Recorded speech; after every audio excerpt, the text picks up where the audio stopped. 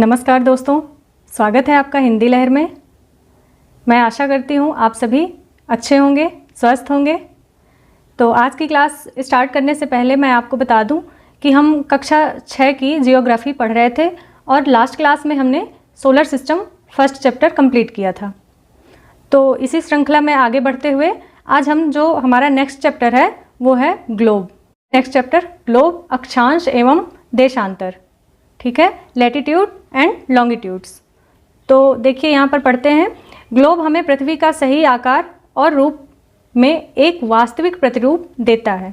It means कि जो globe होता है बच्चों, वो ट्रू मॉडल ऑफ अर्थ, ये एक छोटा आकार है, एक वास्तविक प्रतिरूप जो हमें देता है, जिसके माध्यम से हम देशों की जानकारियाँ, महाद्वीपों की जानकारियाँ, ये सारी चीज़ों के बारे में हम जानते हैं। ठीक है, इसी प्रकार आगे बढ़ते हुए देखिए, यह उत्तर एवं दक्षिण ध्रुवों पर थोड़ा चपटा तथा मध्य में थोड़ा उभरा हुआ होता है। तो देखिए, जैसा कि हमने पहले चैप्टर में पढ़ा था सोलर सिस्टम में कि जो हमारी अर्थ होती है वो पूरी तरह से गोल नहीं है बल्कि जी-ऑड शेप में है। ठीक है ना। तो इसी प्रकार जैसे ग्लोब की अगर हम बात करें तो देखिए, यह उत्तर एवं दक्षिण ध्रुवों पर थोड़ा चपटा तथा मध्य में थोड़ा उभरा हुआ होता है। ग्लोब विभिन्न आकार एवं प्रकार के हो सकते हैं। इसका मतलब कि देखिए, ग्लोब का कोई भी साइज़ हो सकता है और ग्लोब कितने प्रकार के होते हैं वो हम इसमें जानेंगे। तो एक तो देखिए, ग्लोब का जो टाइप्स है वो है टेबल ग्लोब, जो आसानी से एक स्थान से दूसरे स्थान नहीं ले जाया जा सकता, क्योंकि ये ऑफिस टेबल में आप देखते होंगे कई बारी वहाँ पर ये टेबल में रखा होता है, इसको एक स्थान से दूसरे स्थान ले जाने पर आसानी नहीं होती है। सेकेंड नंबर पर देखिए आप पॉकेट ग्लोब। ये जो ग्लोब होते हैं ये आप आसानी से मुट्ठी में भी भर सकते हैं, ले सकते हैं। ठीक है, आसानी से एक स्थान से दूसरे स्थान इनको ले जाया जा सकता है। नेक्स्ट है हमारा गुब्बारे जैसा ग्लोब, जिनमें हवा भरी जा सकती है और आसानी से एक स्थान से दूसरे स्थान ले जाया जा सकता है। तो इसको भी इजी है एक जगह से दूसरी जगह पर ले जाना। नेक्स्ट है हमारा 4th नंबर पे लट्टू ग्लोब। ठीक है, यहाँ पर लट्टू लिखा हुआ है। लट्टू ग्लोब जैसे कुम्हार का पहिया या लट्टू घूमता है। ये कुम्हार का पहिया जो चाक होता है जिसमें मिट्टी के बर्तन बनते हैं, उसी प्रकार जैसे ऐसे घुमाते हैं उसको तो गोल घूमता है, उसी प्रकार से इस ग्लोब को भी हम जानते हैं कि ये लट्टू के शेप में होता है। तो इस प्रकार से बच्चों हमने यहाँ पर ये देखा कि ग्लोब के कितने प्रकार होते हैं और उनके किस किस तरह के साइज़ हो सकते हैं, किस टाइप के ग्लोब को एक स्थान से दूसरे स्थान ले जाया जा सकता है और किस टाइप के ग्लोब को नहीं। और हमने ये जाना कि देखिए, जो ग्लोब होता है उसे हम डेली लाइफ में भी यूज़ करते हैं और ग्लोब जो है वो क्या है, ट्रू मॉडल ऑफ अर्थ है। ये एक वास्तविक मॉडल है अर्थ का, जिसे हम छोटे आकार में जानते हैं। ठीक है, और एक चीज़ और है कि ये जो ग्लोब है ये अर्थ का मिनिएचर है। ठीक है, और एक चीज़ आपको यहाँ पर ये याद रखना है कि जो ग्लोब होता है उसका कोई भी साइज़ हो सकता है। जैसा कि हमने अभी टाइप्स में पढ़ा ना कि ये छोटे साइज़ के भी होते हैं, बड़े साइज़ के भी होते हैं, पॉकेट में भी ले जा सकते हैं, तो बलून वाले शेप में भी होते हैं। तो इस प्रकार से ये किसी भी आकार के हो सकते हैं।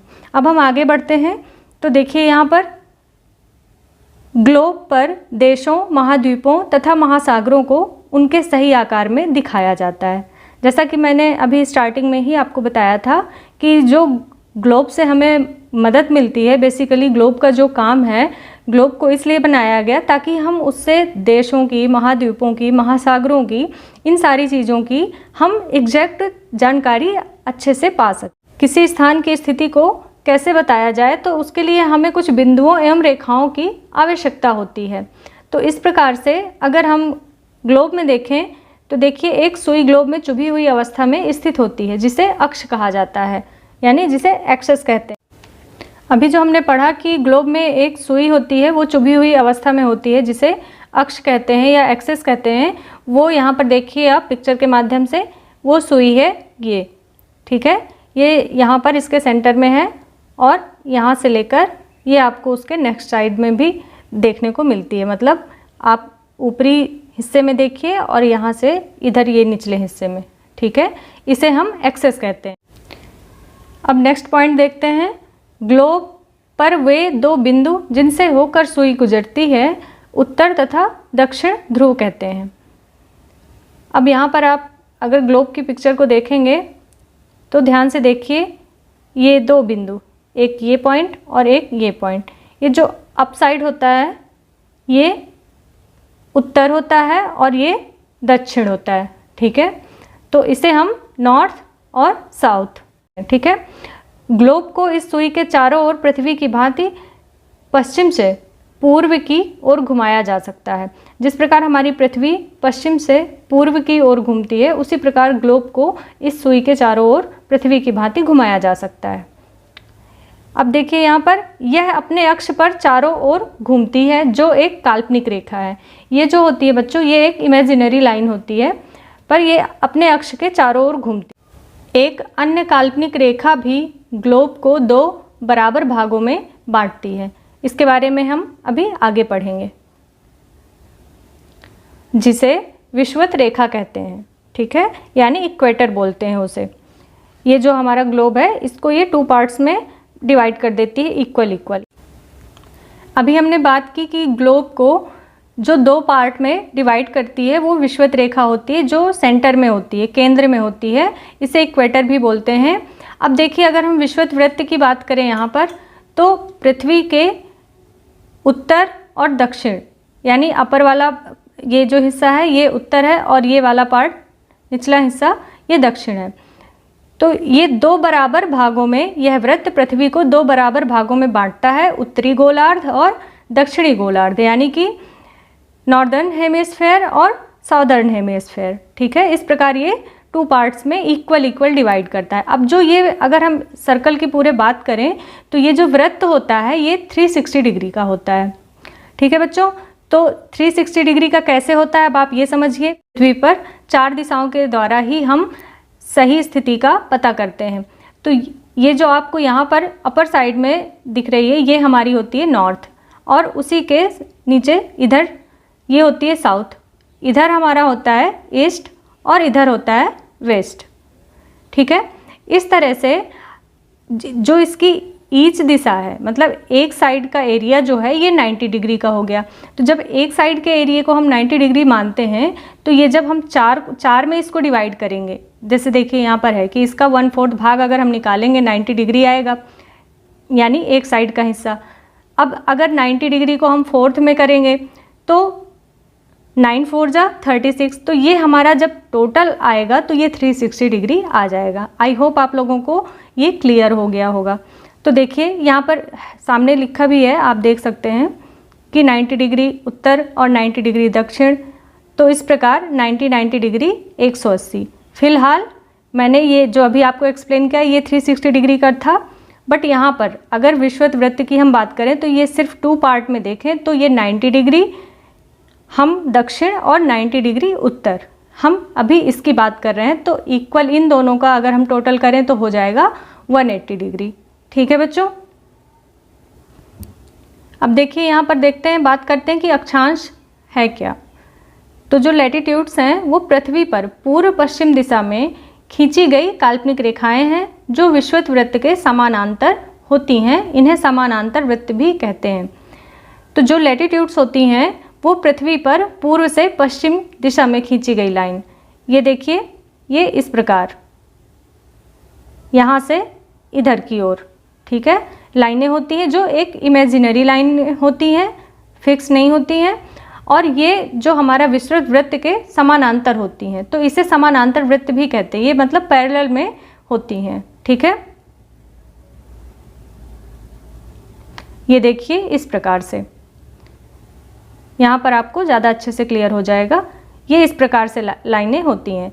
सपोज़ यहाँ पर 90 डिग्री है, उसके बाद आप 80, 60, 40, 20 और ये 0 डिग्री, ये जो हमारा इक्वेटर होता है ये 0 डिग्री पर आकर यहाँ पर ये 0 डिग्री माना जाता है। तो इस प्रकार यहाँ से, और अगर हम ऊपर की ओर जाएं तो ये 90 डिग्री हमारा हो गया, और सेम जब हम 0 पे वापस आ गए और 0 से फिर हम दक्षिण की ओर आते हैं तो 90 डिग्री हमारा ये हो गया, ठीक है। अब इसके थोड़ा कैरेक्टरिस्टिक्स पढ़ लेते हैं तो आपको और क्लियर हो जाएगा।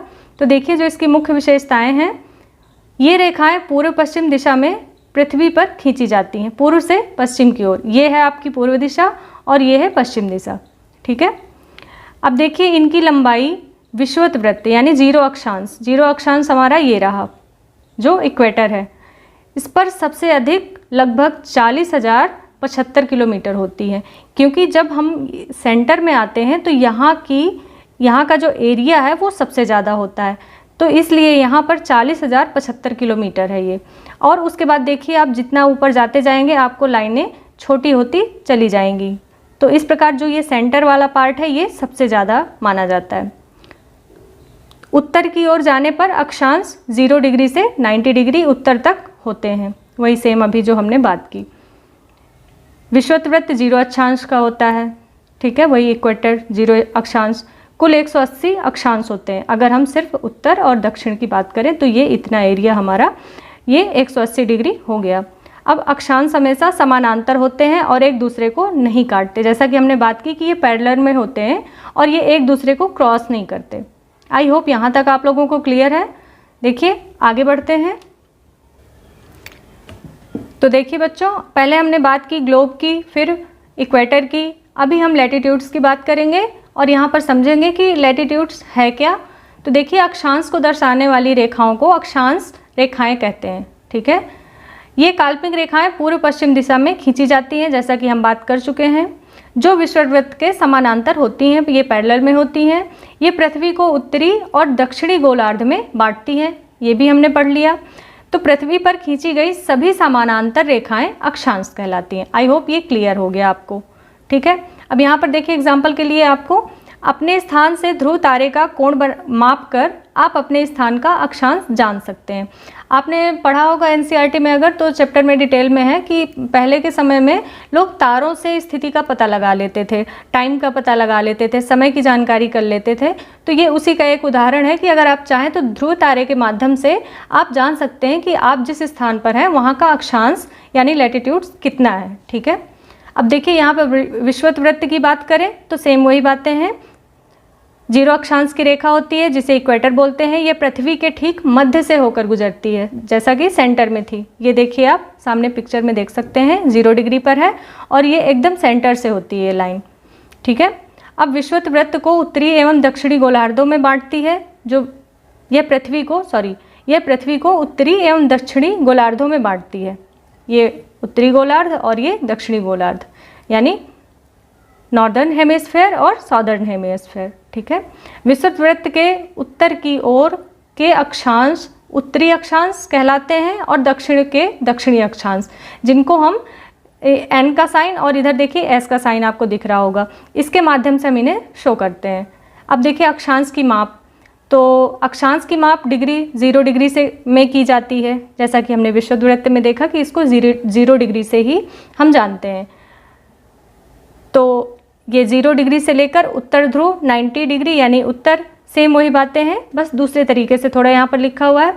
तो इस प्रकार कुल अक्षांश 90 degree plus 90 degree is equal to 180 degree, अर्थात पृथ्वी पर 180 डिग्री के बराबर अक्षांश हो। तो देखिए बच्चों, एक बार हम यहाँ पिक्चर के माध्यम से समझ लेते हैं, ध्यान दीजिएगा। देखिए यहाँ पर पृथ्वी के मध्य में 0 डिग्री पर विषुवत वृत्त यानी इक्वेटर, ठीक है। ये होता है बच्चों हमारा टॉरिड जोन। अब अगर हम यहाँ 0 डिग्री से हम नॉर्थ की तरफ जाएंगे, यानी उत्तरी गोलार्ध की तरफ ऊपर की तरफ जाएंगे जब हम, तो 23.5 डिग्री में हमारी होती है कर्क रेखा यानी ट्रॉपिक ऑफ कैंसर, ठीक है। अब हम इसके और ऊपर की साइड जब जाते हैं बच्चों, तो यहाँ पर 66.5 डिग्री पर उत्तरी शीत कटिवृत्त यानी यहाँ पर होता है नॉर्थ टेम्परेट जोन का आर्कटिक सर्कल, ठीक है। अब सेम इसी में हम फिर वापस आए 0 डिग्री पर विषुवत वृत्त पर, और हम साउथ की तरफ जब जाएंगे, दक्षिणी गोलार्ध की तरफ बढ़ेंगे, तो 23.5 डिग्री पर हमने देखा यहाँ पर देखिए मकर रेखा, ठीक है, यानी ट्रॉपिक ऑफ कैप्रिकॉर्न। अब सेम यहाँ से फिर हम मतलब नीचे की तरफ बढ़ रहे हैं, तो 66.5 डिग्री पर दक्षिणी शीत कटिवृत्त यानी एंटार्कटिक सर्कल है यहाँ पर हमारा, जहाँ पर बहुत ही ज़्यादा सर्दी होती है, फ्रिजिड जोन होता है ये, ठीक है, ये फ्रिजिड जोन होता है। सेम यहाँ का ये 66.5 डिग्री यहाँ पर फ्रिजिड जोन, और यहाँ पर इधर 90 डिग्री यहाँ पर ये 66 के ऊपर जब जाओ तो यहाँ पर भी फ्रिजिड जोन, और ये हमारा होता है इधर कर्क रेखा, ये मकर रेखा, और ये सेंटर में आपका रहा इक्वेटर यानी विषुवत वृत्त। आई होप आप लोगों को ये क्लियर हो गया होगा। एक बार आप इस पिक को भी देख लीजिए, आप लोग और अच्छे से समझ जाएंगे। देखिए लैटिट्यूड्स ग्लोब मॉडल, ये नॉर्थ पोल है हमारा और ये हमारा साउथ पोल, और ये सेंटर में हमारा रहा इक्वेटर जो कि 0 डिग्री का है। ठीक है, अब ये रहा हमारा नेक्स्ट 30 डिग्री, या आप हमने पीछे देखा था कि 23.5 डिग्री, यानी इसके ऊपर जाने पर यहाँ पर है ट्रॉपिक ऑफ कैंसर। यहाँ पर है देखिए आर्कटिक सर्कल जो कि नॉर्थ पोल पर है। ठीक है, अब सेम यहाँ से हम वापस आए 0 डिग्री पर, और हम जब साउथ की तरफ चलेंगे तो फिर सेम वही ट्रॉपिक ऑफ कैप्रिकॉर्न, यानी यहाँ मकर रेखा है। ठीक है, फिर इधर एंटार्क्टिक सर्कल आता है, फिर इधर 90 डिग्री ये साउथ पोल। तो इस तरीके से हमने कुछ वहाँ पर हिंदी और ये मैंने इंग्लिश में एक मॉडल लगा दिया था कि जिनको वहाँ पर कम समझ में आया होगा वो यहाँ पर देख लेंगे। तो चलिए और आगे बढ़ते हैं, देखते हैं। अब देखिए यहाँ पर हम पढ़ेंगे देशांतर। पहले हमने ग्लोब पढ़ा, इक्वेटर के बारे में जाना, लैटिट्यूड्स पढ़ा, और अब हम पढ़ेंगे लॉन्गिट्यूड्स। ठीक है, तो देखिए देशांतर, जैसा कि इसके शब्द में ही है देशों में अंतर, इसका आशय है जहाँ पर हमें ये जानकारी मिले कि प्रत्येक देश में कितना अंतर, समय का, ये सारी चीज़ों की जानकारी मिले। तो आइए इसी क्रम में आगे बढ़ते हैं। देखिए यहाँ पर उत्तरी गोलार्ध में कर्क रेखा 23.5 डिग्री, जैसा हमने पीछे पढ़ा, मकर रेखा 23.5 डिग्री दक्षिणी गोलार्ध में, और विषुवत वृत्त के 66.5 उत्तर में उत्तर ध्रुव वृत्त, और विषुवत रेखा के 66.5 दक्षिण में दक्षिण ध्रुव वृत्त। ठीक है, यहाँ तक हमने अभी पीछे पढ़ा। अब देखिए बात करते हैं पृथ्वी के ताप कटिबंध। तो देखिए यहाँ पर कर्क रेखा एवं मकर रेखा के बीच के सभी अक्षांशों पर सूर्य वर्ष में एक बार दोपहर में सिर के ठीक ऊपर होता है, इसलिए इस क्षेत्र में सबसे अधिक ऊष्मा प्राप्त होती है तथा इसे उष्णकटिबंध कहा जाता है। जैसा कि हमने ट्रॉपिक ऑफ कैंसर और ट्रॉपिक ऑफ कैप्रिकॉर्न की बात की, तो वहाँ के जो बीच के सभी अक्षांश पर सूर्य के, यानी वो जो इक्वेटर टॉरिड जोन हमने जिसकी बात की थी 0 डिग्री से थोड़ा ऊपर, और उसी के सेम एरिया में थोड़ा नीचे जब आप आएंगे वहाँ पर सूर्य का प्रकाश एकदम डायरेक्ट सबसे तेज़ पड़ता है, तो वहाँ पर बहुत ज़्यादा गर्मी होती है। यानी वर्ष में एक बार दोपहर में जो होता है वो जो सूर्य होता है वो सिर के एकदम ठीक ऊपर होता है, तो उसे हम उष्णकटिबंध कहते हैं।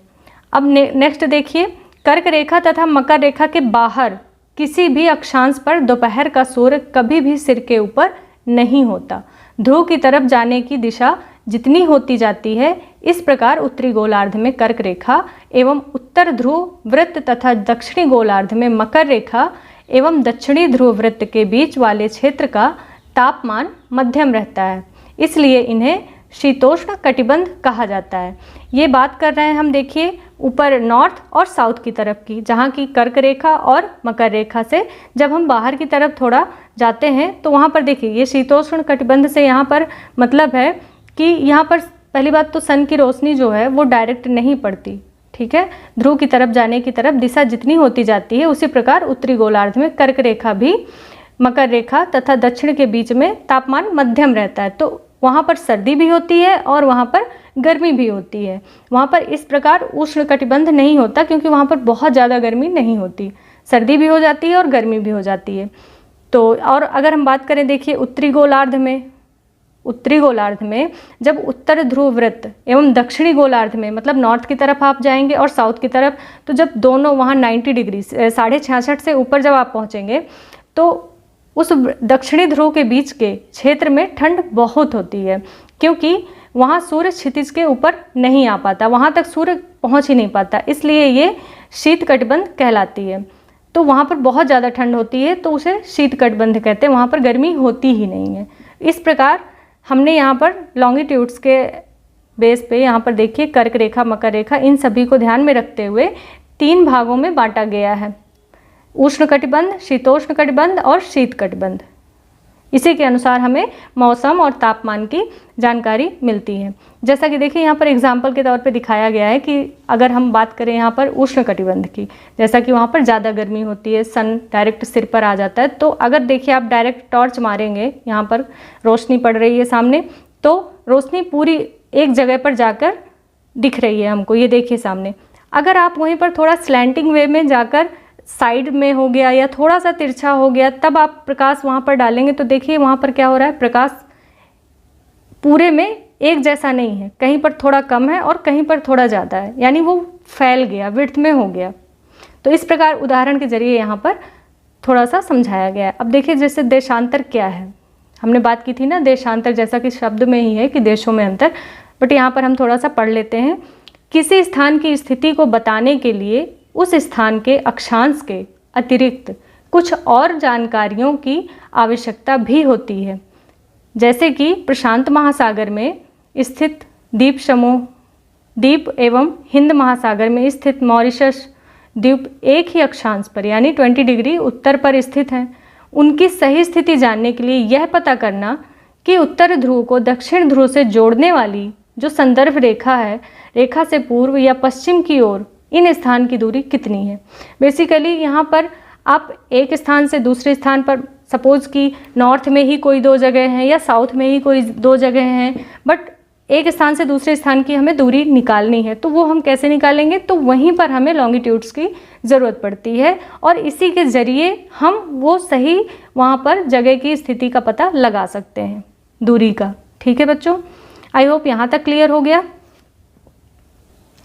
यहाँ पर देखिए कुछ महत्वपूर्ण अक्षांश यानी जो पैरेलल में रेखाएं थी उनके बारे में बात की गई हैं, तो आप एक बार यहाँ पर जान लीजिए। जो विषुवत वृत्त हमने पढ़ा था 0 डिग्री में, तो यह पृथ्वी का सबसे बड़ा अक्षांश है।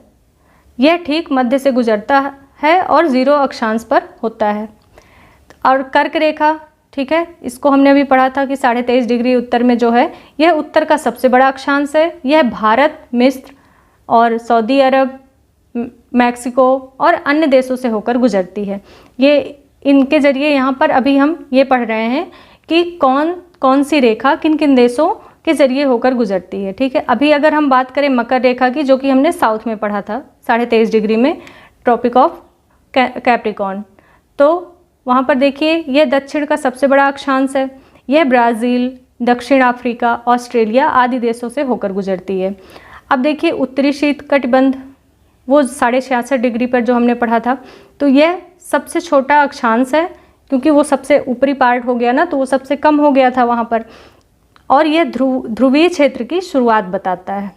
ठीक है, अब सेम यही चीज़ दक्षिणी शीतकटिबंध में जब हम आते हैं 66.5 से 90 डिग्री तक जब पहुँचता है, तो यह भी दक्षिण का सबसे छोटा अक्षांश माना जाता है और यह दक्षिणी ध्रुव क्षेत्रों की शुरुआत बता देता है। ठीक है,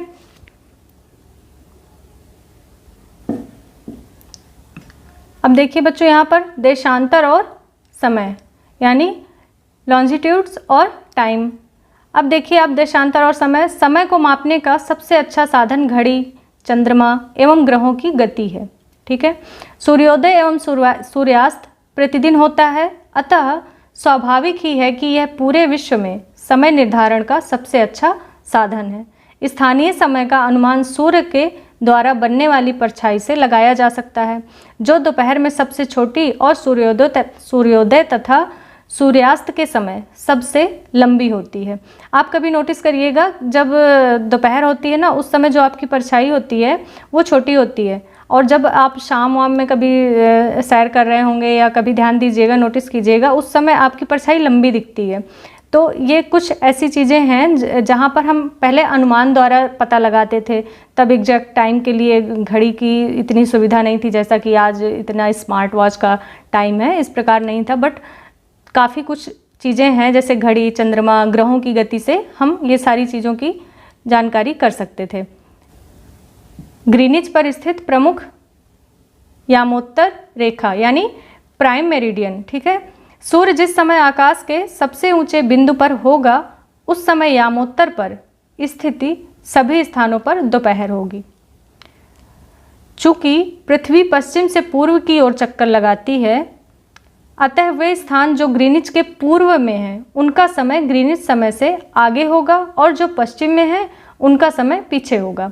अब समय के अंतर की दर की गणना निम्नलिखित विधि से की जा सकती है। यहाँ पर फॉर्मूला दिया हुआ है, वो मैं आगे आपको समझाती हूँ, बट पहले आप थोड़ा ये समझ लीजिए कि देखिए, जब सूर्य आकाश के सबसे ऊंचे बिंदु पर होगा, तो उस समय जो प्राइम पर स्थित सभी स्थानों पर दोपहर होगी, क्योंकि पृथ्वी हमारी कैसे घूमती है, पश्चिम से पूर्व की ओर घूमती।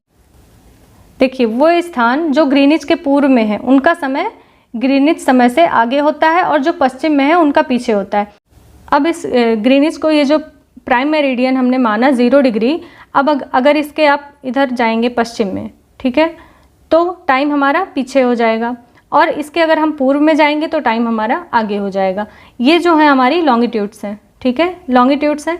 अब देखिए इसको समय निकालने का, कि समय का अंतर कैसे निकालते हैं, उसका एक फॉर्मूला होता है। तो बेसिकली जो है, देखिए देशांतर का अंतर मल्टीप्लाई बाई 4 मिनट प्रति डिग्री, क्योंकि जो 1 डिग्री होता है वो हमारा 4 मिनट के बराबर होता है। अब देखिए यहाँ पर में समझते हैं समय का अंतर कैसे ज्ञात करें, समय हम कैसे निकालते हैं। देखिए पृथ्वी लगभग 24 घंटे में अपने एक्सिस पर 360 डिग्री घूम जाती है, ठीक है, यहाँ तक क्लियर है। और 1 घंटे में 15 डिग्री, यानी कि हमने पढ़ा यहाँ पर इस फॉर्मूले में देखा कि 1 डिग्री में कितना होता है, 4 मिनट होता है।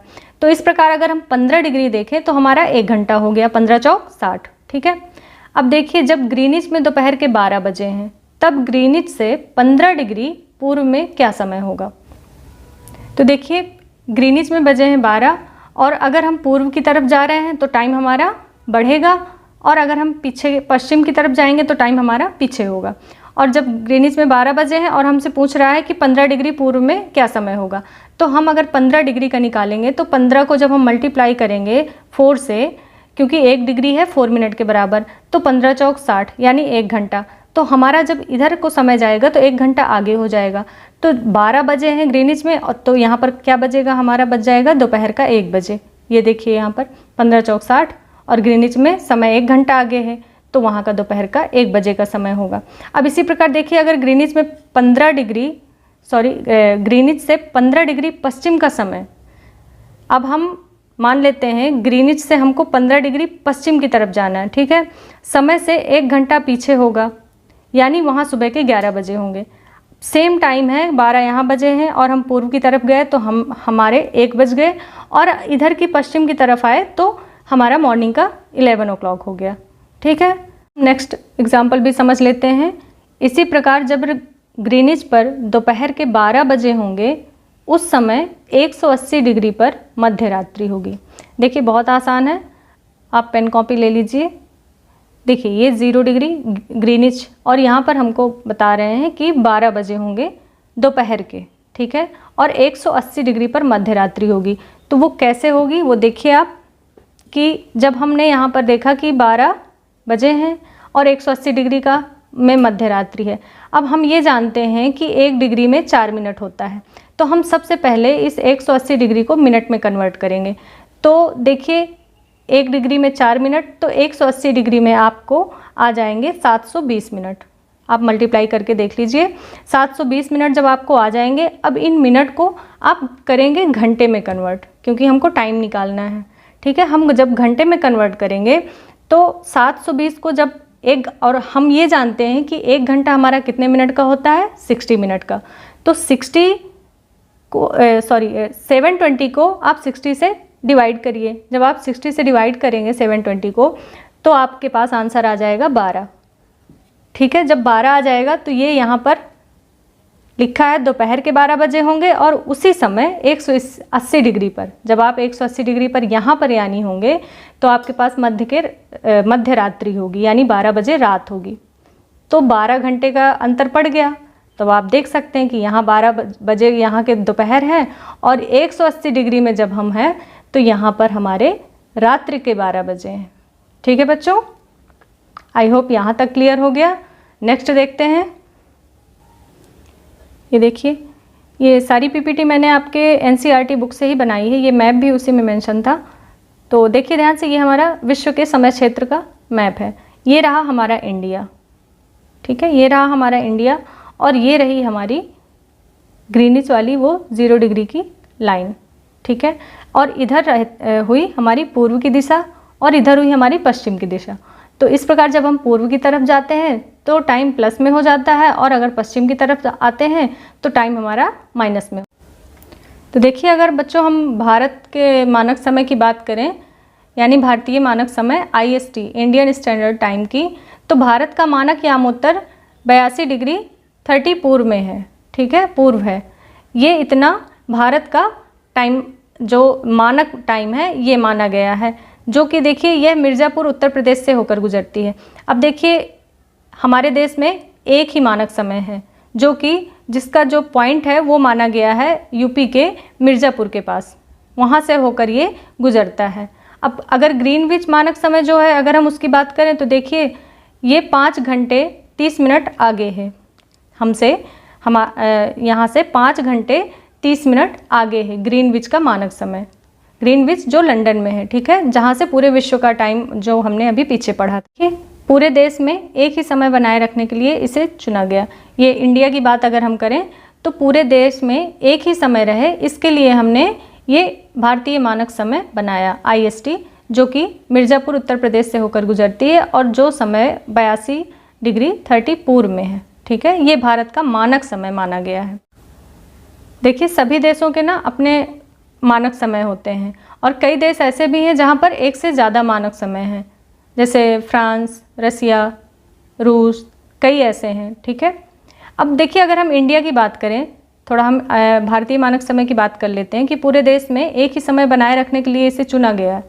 लेकिन अब जैसे अगर हम बात करें, टाइम तो एक ही है। सपोज़ कि अगर आप पंजाब से गुजरात की बात करें तो जिस समय यहाँ 12 बजा है उस समय वहाँ पर भी 12 ही बजे होंगे, दोपहर के सपोज़ या रात के 12 ही बजे होंगे। बट अगर आप सूर्योदय या सूर्यास्त की बात करें तो उसमें समय का थोड़ा फ़र्क पड़ जाता है, लगभग उसमें 45 मिनट या 50 मिनट के आसपास का समय सूर्योदय और सूर्यास्त में इतना अंतर पड़ता है। तो टाइम तो पूरे देश में एक ही रहता है, बट जब हम एक कॉर्नर से दूसरे कॉर्नर तक जाते हैं तो समय का थोड़ा डिफरेंस हमें देखने को मिलता है। तो ये बात की हमने देखी भारतीय मानक समय की। और देखिए लैटिट्यूड्स, ग्लोब मॉडल हम पढ़ ही चुके हैं। लैटिट्यूड्स यानी लेटी हुई लाइंस, और ये सारे हम पढ़ चुके इक्वेटर वगैरह। और लॉन्गिट्यूड्स ग्लोब मॉडल, ये हमने बात की कि ये वेस्ट और ईस्ट में इसकी लाइनें ऐसे होती हैं। ये प्राइम मेरिडियन की बात की 0 डिग्री पर, नॉर्थ पोल और साउथ पोल। और देखिए व्हाट आर लॉन्गिट्यूड्स, थोड़ा ये देख लेते हैं, ये वाला रहता है, थोड़ा इसको पढ़ लेते हैं। Longitudes are imaginary lines that run from north pole to south pole, ठीक है। अभी हमने जो लैटिट्यूड्स पढ़ा था उसमें आपने देखा होगा कि लाइंस ऐसे थी, लेटी हुई लाइंस थी। अभी अगर हम लॉन्गिट्यूड्स को आप देखें तो देखिए नॉर्थ से लेके साउथ तक इस शेप में लाइन है। तो ये इमेजिनरी लाइंस ये भी हैं, बट इनका डिज़ाइन जो है वो दूसरी डिफरेंट तरीके से है, ठीक है। They are also called meridians, इन्हें भी यामोत्तर कहा जाता है। Longitudes help us find the east and west direction. जो लॉन्गिट्यूड्स होते हैं वो हमको ईस्ट और वेस्ट डायरेक्शन पता करने में मदद करते हैं, ठीक है। The prime meridian 0 degree is the main longitudes. अब सेम वही बात है जो हमने लैटिट्यूड्स में मेन उसमें 0 डिग्री था और फिर हमने उसको नॉर्थ और साउथ में डिवाइड करके उसको समझा था। तो सेम यही चीज़ लॉन्गिट्यूड्स में है कि 0 डिग्री में आपका ये प्राइम मेरिडियन है और उसके बाद हम बाकी की चीज़ों को हमने समझा ईस्ट और वेस्ट में, ठीक है।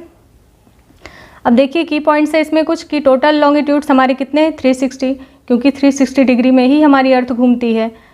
180 ईस्ट में और 180 वेस्ट में, 180 इधर और 180 इधर।